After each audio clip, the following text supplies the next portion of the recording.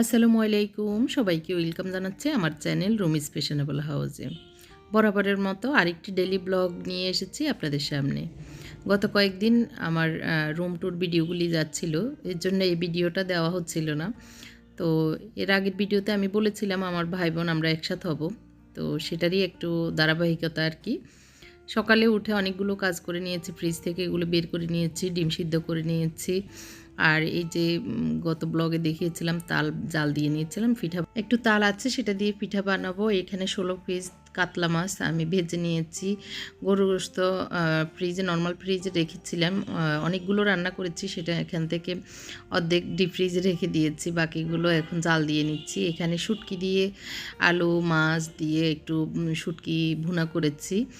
তো সকাল থেকে এগুলি আসলে একটু আগের দিনেই মানে গতকালকে কিছুটা প্রিপারেশান করে রেখেছিলাম, পেঁয়াজ পেস্ট করে নিব, এর জন্য ব্লেন্ডারে ঢুকিয়ে নিয়েছি। তো গতকালকে একটু প্রিপারেশান করে রাখার কারণে আজকে বেশি একটা ঝামেলা হচ্ছে না। সকালে উঠে শুধু প্ল্যান অনুযায়ী মানে একটার পর একটা করে ফেলতেছি। তো একটুখানি জিনিসপত্র আধোয়া বাকি আছে, কিছু জিনিস এলোমেলো আছে, সেগুলো একটু গুছিয়ে নিচ্ছি। এর ভিতরে কিছু রান্না বসিয়ে ঘরটা গুছাবো, এর জন্য ওইদিকে যেতে হবে। মুনতাসিরের দায়িত্ব দিয়েছি ডিমগুলো সিদ্ধ করে নেওয়ার পরে একটু ছিলে নেওয়া, ও ছিলে নিচ্ছে। আর গোশতগুলি দেখতে পাচ্ছেন সুন্দরভাবে জাল হয়েছে, আর খুব নরম করে রান্না করে নিয়েছি। আমার বাবা না হয় শক্ত হলে খেতে পারেন না, তো বাবার জন্য একটু নরম করে নিয়েছি। তো আজকের পরিমাপে আর কি করে নিয়েছি। আর আমার জায়েরাও আসার কথা, মেজো ভাইয়াকে ফোন দিয়েছে সকাল থেকে, মানে গত 2 দিন থেকে কথা হচ্ছে। তো ওনারা হয়তো আজকে আসতে পারবেন না। তারপর আমার ভাসুর বলছিলেন উনি কী কাজে জামাই সহ বের হবেন, যদি ওখানে কাজ তাড়াতাড়ি শেষ হয়ে যায় উনি আর জামাই আসবেন। আর ভাবি মেয়ের বাসায় আছে, তো উনি দূরে, এর জন্য হয়তো ওনাকে আজকে আনবেন না, কালকে আনবেন আর কি। তো আমার ভাইয়েরা, ভাই বোন আমরা সবাই একসাথে হব আজকে। তো সেই জন্যই আসলে প্রিপারেশনটা। তো আমার ভাইয়েরা আবার দুপুরে ভাইয়েরা একটা মিটিং আছে, যার কারণে উনি আসতে পারবেন না। তো বিকেলে আসবেন আর কি, রাতের খাবারের জন্য এখন আয়োজন চলছে। তো আমি সকাল থেকে করে নিচ্ছি, কারণ দুপুরেও এমনি ভাইয়েরা সহ আসার কথা ছিল, মানে কিছুটা আর কি। পরে আবার সেটা চেঞ্জ হয়ে রাতে হয়েছে। আর যেহেতু আমার মেজো বাসুরও আসবেন, তো একটু আগেই করে নিচ্ছি আর কি, সকাল থেকেই করে নিচ্ছি। এবার দুপুরে আসুক রাতে আসুক আমার আর টেনশন লাগবে না। এখানে কাতল মাছের কালিয়া করে নিচ্ছি। তো একটু শুকনো গরম মশলা দিয়েছি, ওটা একটু গরম হয়ে যাওয়ার পরে পেঁয়াজ ভেজে নিচ্ছি। পেঁয়াজটা একটু লাল করে ভেজে নিব, আর একটু ক্যারামেলের জন্য একটু চিনি দিয়ে দিব, তাহলে সুন্দর একটা কালারও আসে, আবার টেস্টও বেড়ে যায় আর কি। তো আমি পেঁয়াজটা একটু দেখে নিয়েছি, দেখে নেওয়ার পরে একটু চিনি 1 চামচ দিয়েছি, 1 টেবিল চামচের মতো। যেহেতু 16 পিস কাতলা মাছ একটু বেশি, তো এই জন্য ওই পরিমাপে করে নিয়েছি। আজকে আমি যা রান্না করছি, হ্যাঁ, এটা আপনাদের সাথে একটু শেয়ার করব। সবটা শেয়ার করতে গেলে অনেক লম্বা ভিডিও হয়ে যায়, আবার ভিডিও করা সম্ভব নয় আসলে এত কিছুর ভিতরে, আসলে অনেক ঝামেলাই আর কি। তো একটু ভেজে নেওয়ার, ক্যারামেলটা একটু ভেজে নেওয়ার পরে আর কি, চিনি দেওয়ার পরে একটু ভাজা ভাজা লাল লাল হয়ে যাওয়ার পরে এখন পেস্ট করা পেঁয়াজ দিয়ে দিয়েছি। তো প্রায় 2 কাপের মতোই দিয়েছি আমি। আর কাঁচামরিচ দিয়ে দিচ্ছি পরিমাপ মতো, রসুন দিয়ে দিচ্ছি এখানে, রসুন 2 চা চামচ, আর আদাও 2 চা চামচের মতোই দিয়েছি, অল্প একটু কম হবে এরকম। তো ভালো করে ভুনে নিচ্ছি এই মশলা, পেঁয়াজ এগুলি আর কি।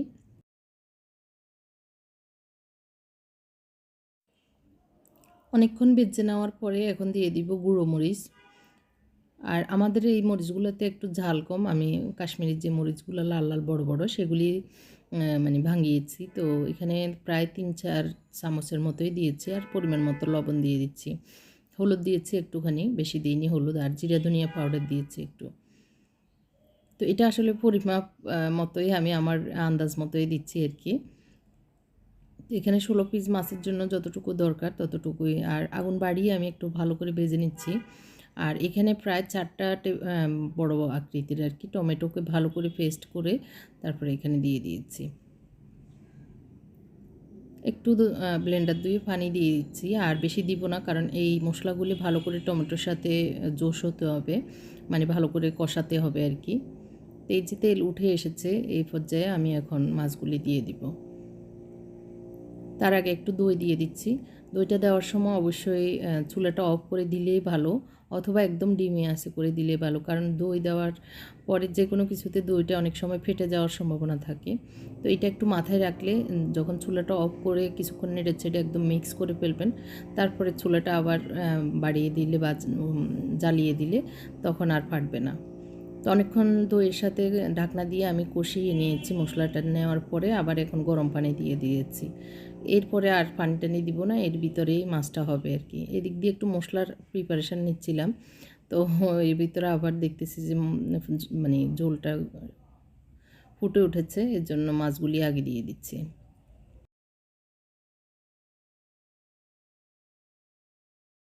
সবগুলোকে একটু মানে ঝোলের নিচে ডুবিয়ে দিচ্ছি আর ঢাকনা দিয়ে একটু চেক করে নিয়েছি। ঢাকনা দেওয়ার আগে লবণ একটু কম মনে হয়েছে, এই জন্য একটু লবণ দিয়ে দিয়েছি। এখানে আমি রাঁধুনির যে রোস্ট মশলা সেটাকে কেটে ঢেলে নিচ্ছি 4টা। আমার রোস্ট হচ্ছে 6 কেজি, আর 4টা মোরগ 1.5 কেজি ওজনের। তো 6 কেজিতে আমি 4টা মশলা দিয়ে দিচ্ছি, দিয়ে তারপরে দই দিচ্ছি প্রায় 2 কাপের মতোই।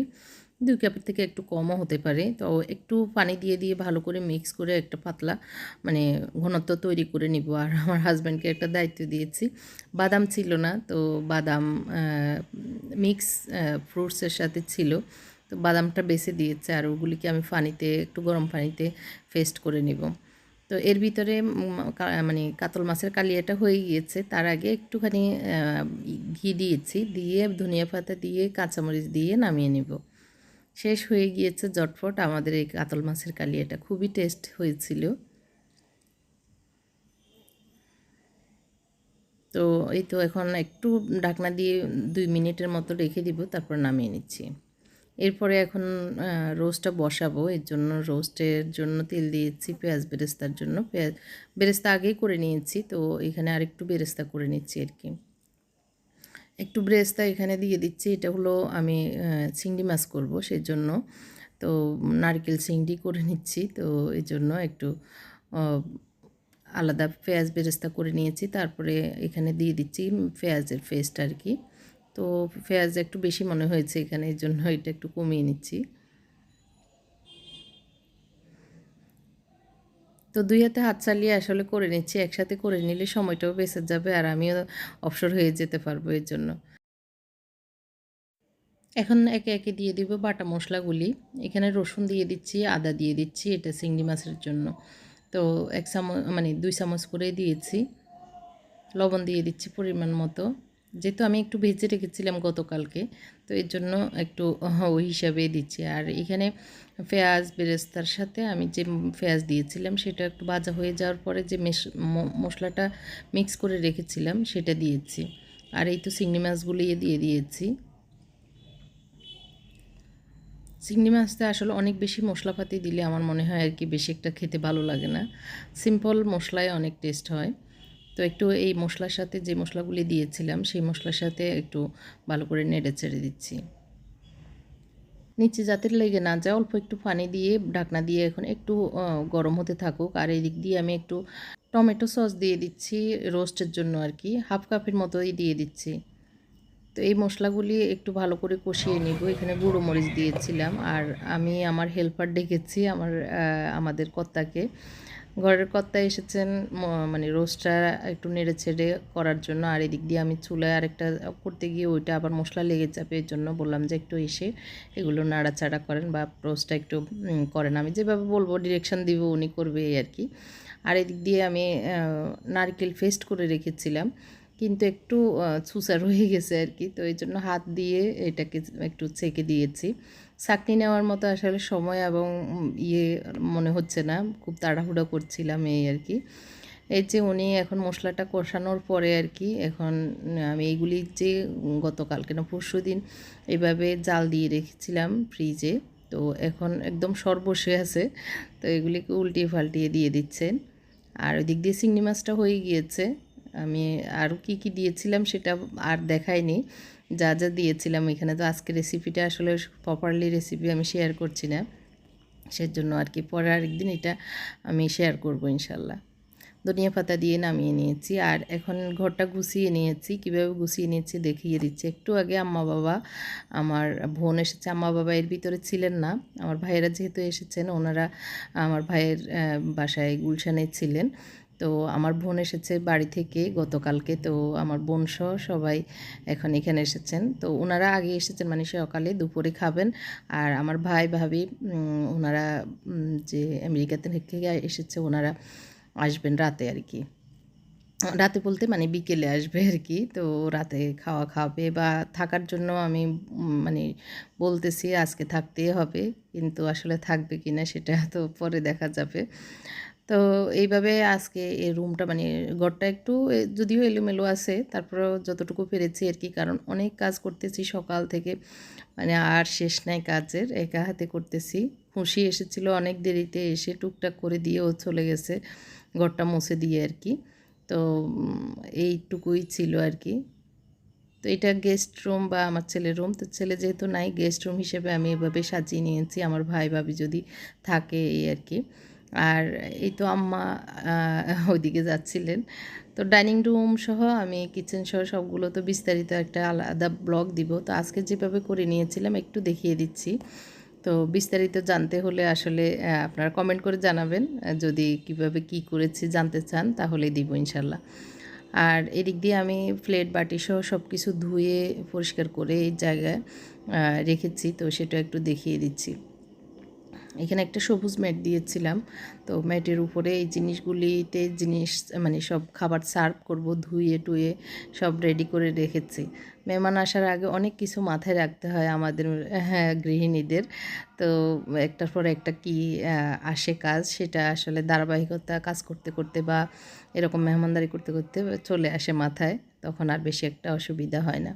মুনতাসিরের রুমটা অ্যাজ ইউজুয়াল যেভাবে ছিল ওইভাবেই, জাস্ট একটু বিছানা টিছানা ঝাড়া টাড়া দিয়ে নিয়েছি, এটুকুই।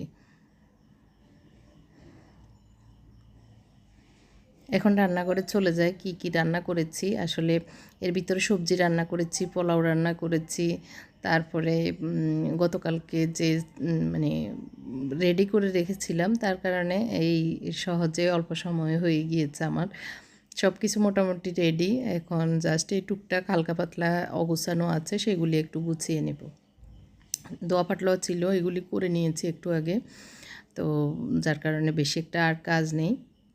গোসল করব, তারপরে সব কিছু সার্ভ করব, এটাই প্ল্যান আর কি।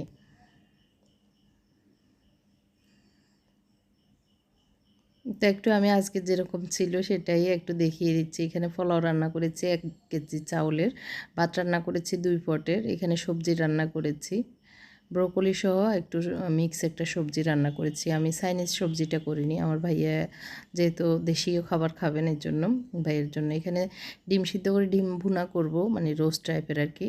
আর চিংড়ি মাছ, তারপরে এখানে কিছু মানে সব রেডি করে এখানে তালের পিঠা বানিয়েছিলাম সেটা আছে, আর রোস্টটা এখানে রেখেছি।